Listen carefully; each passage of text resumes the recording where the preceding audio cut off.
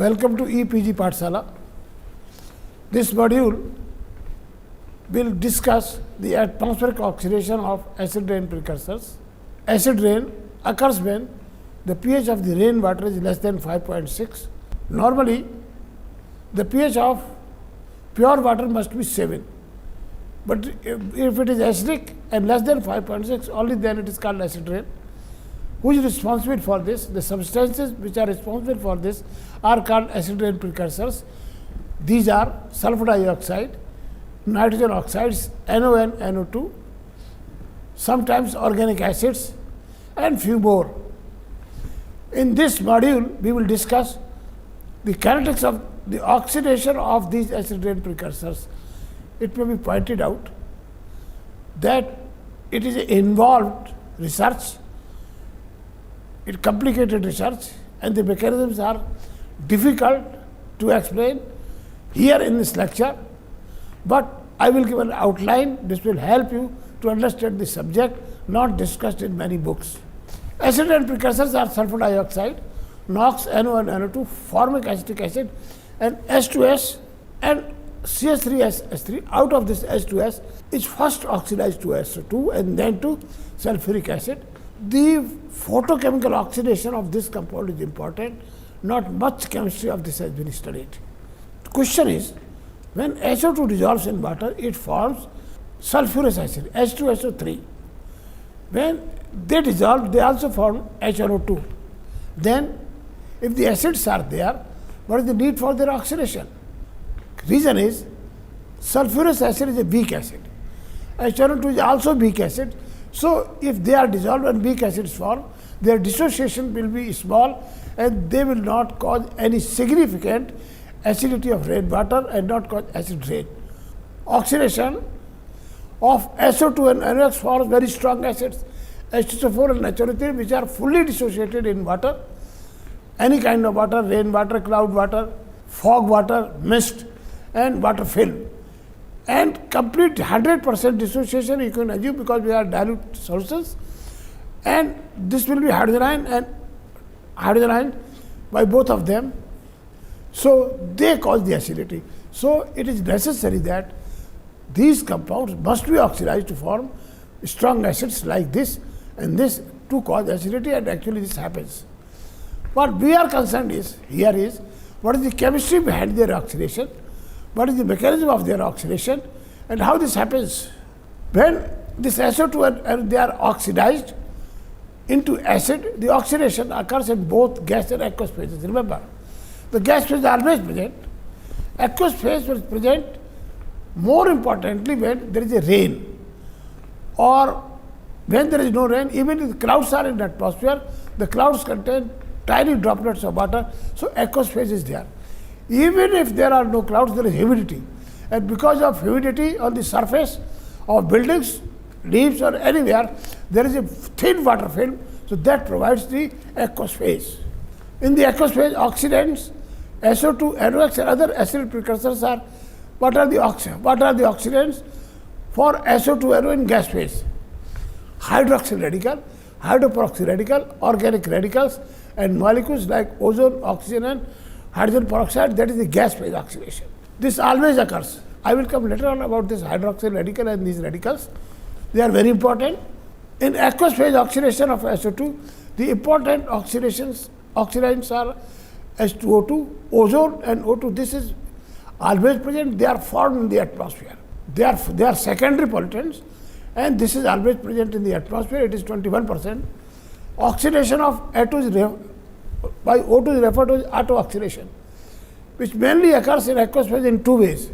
This one, oxidation by O2. Uncatalyzed, there is no catalysis involved.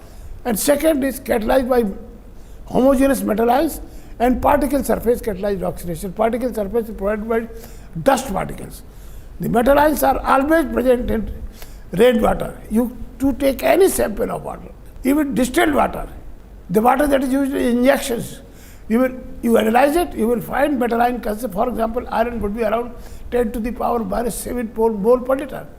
Manganese will be 10 to the power minus 8 mole per liter. Copper will be around 10 to the power minus 6 mole per liter.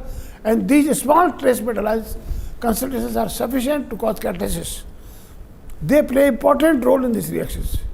Homogeneous, this is most important. At this point of time, when there is no rain, there is no water system, there is only gas phase. In gas phase, the most important oxidant is OH radical. I will not discuss here how OH radical is formed, but I may tell you this is known as scavenger of the atmosphere. This is the most important creation of the God in the atmosphere. Most of the pollutants, they are removed by reaction with OH radicals, and this is formed in the atmosphere. This reacts with OH radical in this way, and this mechanism has been given by Paul Crutzen, who got the Nobel Prize, not for this work, but for other work. What happens? SO2 reacts with hydroxy radical in presence of a third body formed to intermediate. Remember, what is the purpose of third body? If SO2 and OH react form with intermediate, then the energy released. For the removal of extra energy, this M is necessary. M removes the extra energy, otherwise HOSO2 will be in excited state and it will be decomposed to form SO2OH back. This intermediate reacts with O2 to form sulfur trioxide. And sulfur trioxide rapidly reacts water to form H2SO4. And remember this hydroperoxide radical, this is a radical like OH radical, this is hydroperoxide radical.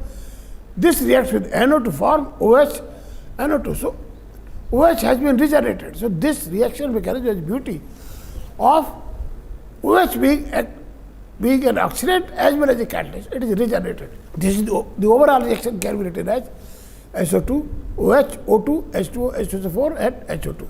The kinetics of this reaction has been studied, and this is rate law. The rate of disappearance of sulfur dioxide equal to K into OH into SO2. This, remember, in this case, OH concentration does not change with time. Therefore, this is the pseudo first order reaction, because as shows the first order kinetics. Values of rate constant K for oxidation of SO2 by different oxidation have been determined are known in the literature. Gas phase oxidation of NO and NO2. The most important fate of NO in atmosphere is oxidation to mostly by ozone and some radicals. Oxidation by NO by O2 is very slow. NO, twice NO plus O2, twice NO2. Subsequent gas phase oxidation of NO2 by OH is major source. This is the major source of OH. This NO plus O3, NO2. NO reacts with HO2 to form NO2. This hydroperoxide radical. RO2, this is organic radical. Instead of H, you have here R. It can be CH3, it can be C2H5. This alkyl peroxide reacts with NO to form O. And this must be RO. And this is RCONO2.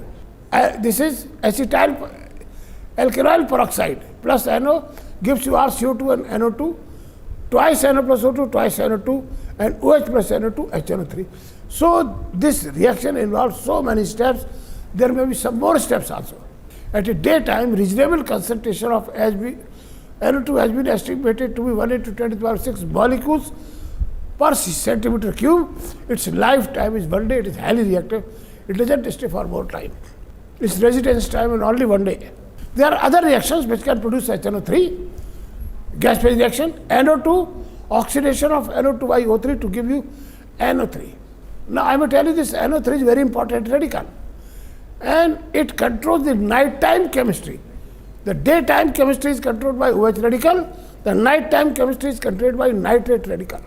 This nitrate radical combines with NO to form N2O5, and this N2O5 dissolves in water to form HNO3. This nitrate radicals with hydrocarbons. It abstracts as hydrogen atom and forms HNO3. NO3 reacts with formaldehyde or other aldehydes, abstract at hydrogen atom and forms HNO3. And this radical.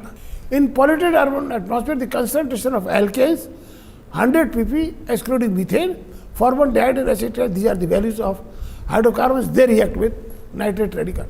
The formation of nitric acid in atmosphere owing to the reaction with alkane aldehyde is estimated to be 15% during night time. Now come to the aqueous phase oxidation of SO2. Most important thing, first thing is, when if reaction is to occur aqueous phase, then the sulfur dioxide, which is the gas phase, must dissolve in water. in rainwater or cloud water or any form of the water present in atmosphere. So this is governed by this way. SO2 dissolves in atmospheric water to form this H2 dot H2O or sulfurous acid. This is governed by Henry's law. The values of Henry's law is 1.3 mole liter inverse, second inverse at 25 degrees Celsius. This is a acid. So, but weak acid dissociates HO3 plus H plus K1 equal to 1.7. This is first dissociation constant, and this HO3 further dissociates to give sulfide ion and hydrogen. This is the second dissociation constant. The value of second dissociation constant is much less than first dissociation constant. The total concentration of SO2 which is dissolved in water, it is referred to as sulfur 4 because the oxidation state of sulfur in SO2 is 4.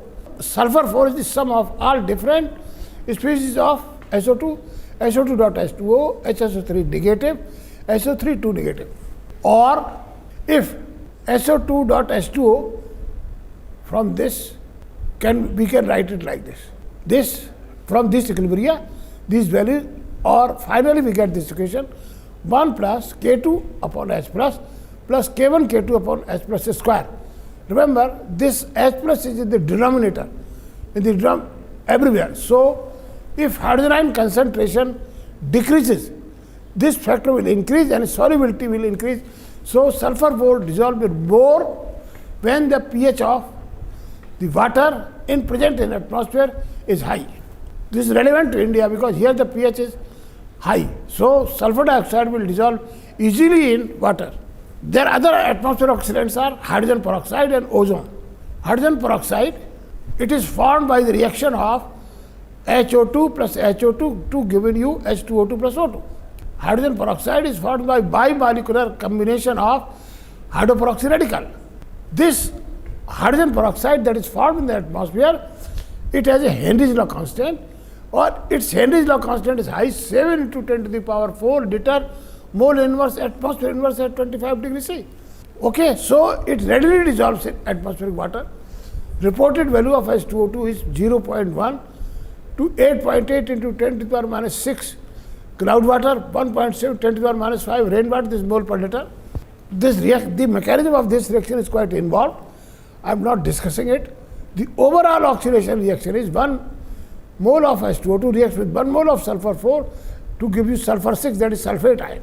The rate of this reaction, kinetics of this rate of reaction has been studied and found to be KH2O2 into HSO3 concentration, hydrogen ion plus square upon K2 H plus, this reaction. In sum, it can be said that rate increase with increase in hydrogen ion concentration or decrease in pH, yes. At high hydrogen ion concentration, because it is square here, the rate of H2O2 oxidation of the sulfur 4 dissolved with water will increase. This is the mechanism. HSO3 gives you H plus sulfite ion. HSO3 reacts with H2O to form this species. This is a peroxidic species, this. And this reacts with HA, any proton donor to give you this plus, this is a proton donor. This path is important when pH is range 5 to 6. So, this is important when the pH of the rainwater is low. Oxidation by ozone. In troposphere, ozone is usually found to be 30 to 60 ppb volume range. Its Henry's law constant is low, it is 1 into 10 to the power minus 2. Remember, hydrogen peroxide had a very high Henry's law constant, 7 into 10 to the power 4, whereas it is only 1 into 10 to the power minus 2. But its atmospheric concentration is very high as compared to hydrogen peroxide. This is the oxidation reaction. The balanced equation says O3, OH negative plus SO3, sulfate, H2O2. So, this is catalyzed by. At high OH ion concentration, this reaction is fast. The kinetics rate law is K2 into ozone concentration into sulfur 4 concentration. A very simplified mechanism is this. O3 reacts with sulfite ion, forms an intermediate, which intermediate break down to give you sulfate and oxygen. In region where the rainwater pH is high, more than 7, for example, Western India, oxidation by ozone will be more important than oxidation by hydrogen peroxide.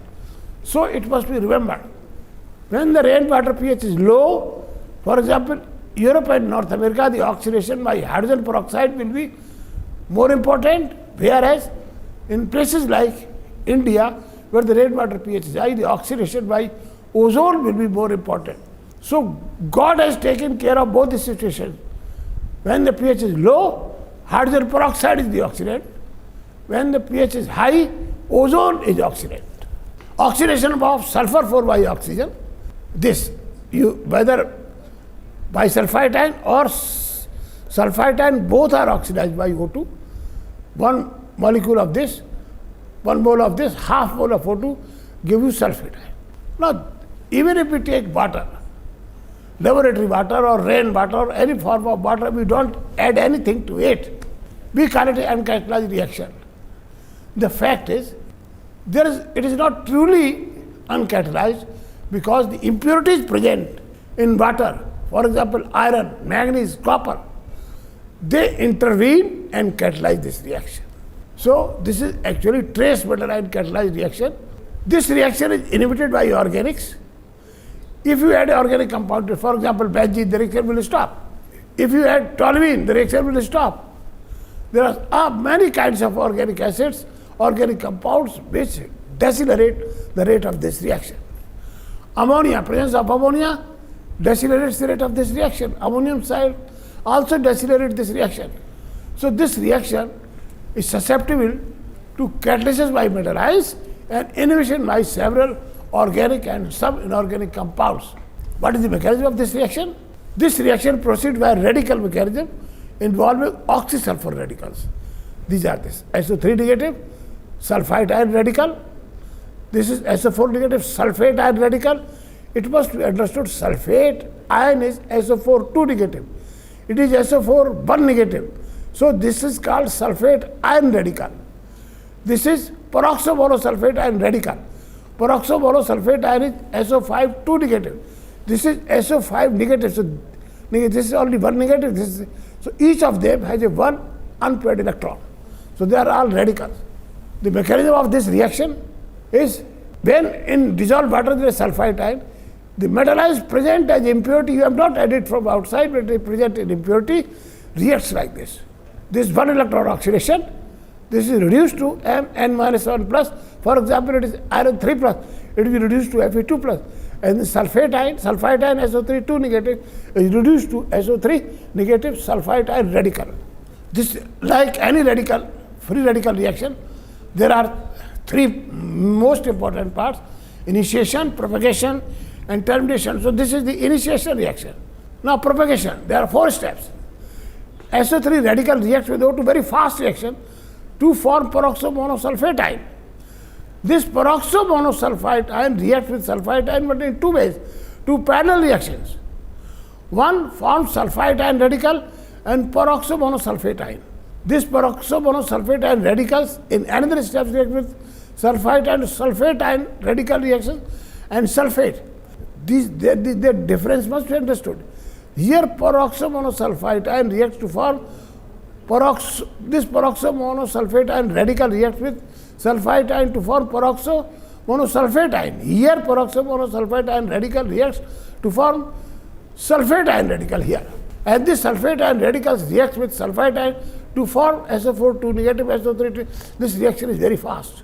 The rate constant, bimolecular rate constant is around 1 into 10 to the power 9. And this peroxomonosulfite ion reacts with SO3 negative to form oxidizes to sulfate ion. The termination steps, there are 2 termination steps. One, the reduced metal ion reacts with SO5 2 negative to Mn plus SO5 2 negative, or sulfate ion radicals reacts with organics to form sulfate ion and non-chain products.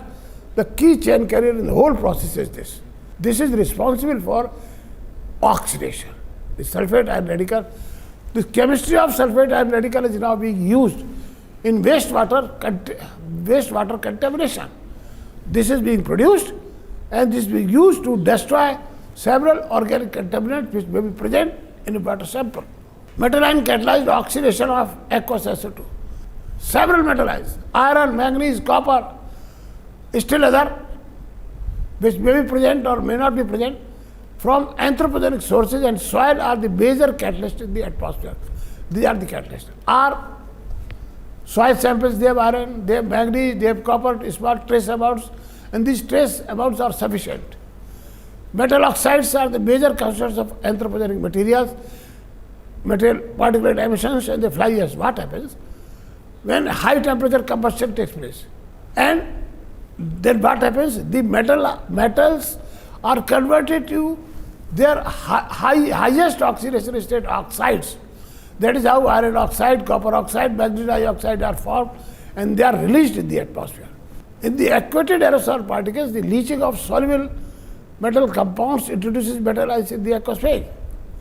For example, if there is a rainwater or there is cloud water, there is aerosol, and there is in aerosol there is a water film, so it becomes aquated aerosol.